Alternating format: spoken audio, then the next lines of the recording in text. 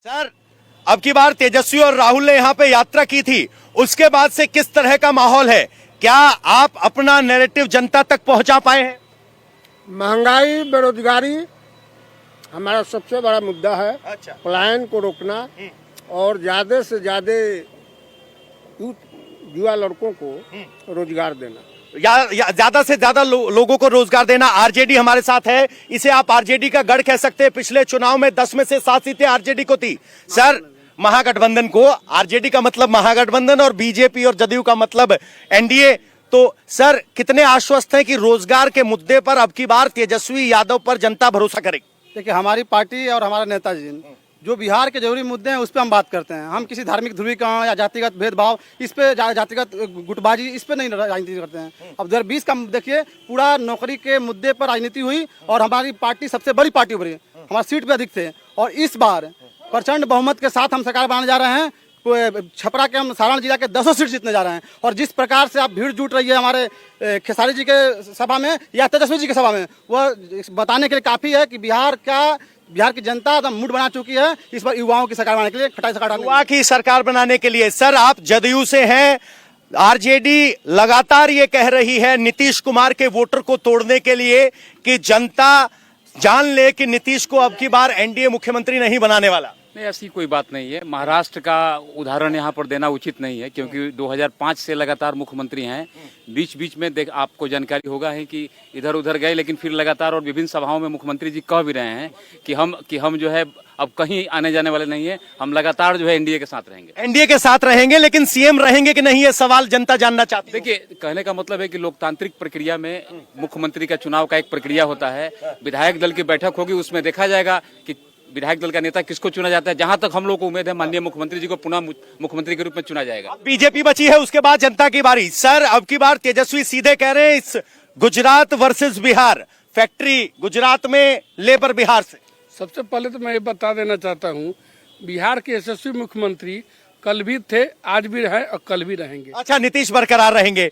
और अब ये बताइए कि क्या बिहार के लोग नरेंद्र मोदी को गुजराती के तौर पर देखते हैं या देश के नेता के तौर पर?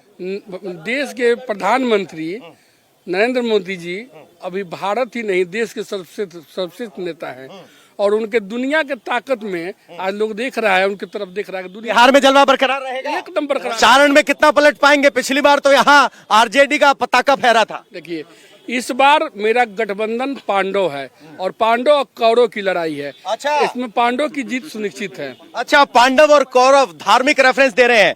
सबसे पहले मैम के पास आना चाहते हैं, इकलौती महिला है हमारी आज की बैठक में। मैम, अपना नाम बताइए। एक महिला के तौर पर जब आप वोट डालने जा रही हैं तो सबकी बात सुनने के बाद मन में क्या निष्कर्ष? जी, आपको बहुत बहुत धन्यवाद। मेरा नाम कुसुम देवी हुआ, जदयू पार्टी की मैं महिला प्रकोष्ठ की जिला अध्यक्ष हूँ। मैं यही कहना चाहूंगी कि जो हमारे माननीय मुख्यमंत्री जी बिहार में कर दिए हैं, जो उनको उजरा हुआ बिहार मिला था 2005 में, सजा संवार के जो तैयार किए हैं बिहार को, अब वो किसी को बर्बाद करने के लिए हम लोग हाथ में नहीं देंगे किसी को। और लोग कह रहे हैं कि नीतीश जी नहीं रहेंगे, तो हमारे एनडीए पार्टी में तो सीएम फेस दिख रहा है कि नीतीश कुमार हैं और रहेंगे, लेकिन महागठबंधन में तो अभी तक सीएम महागठबंधन ऐलान हो गया है मैम, तेजस्वी नहीं हुआ है, हो गया है, नहीं हुआ है। चलो इसको खोलते हैं जरा।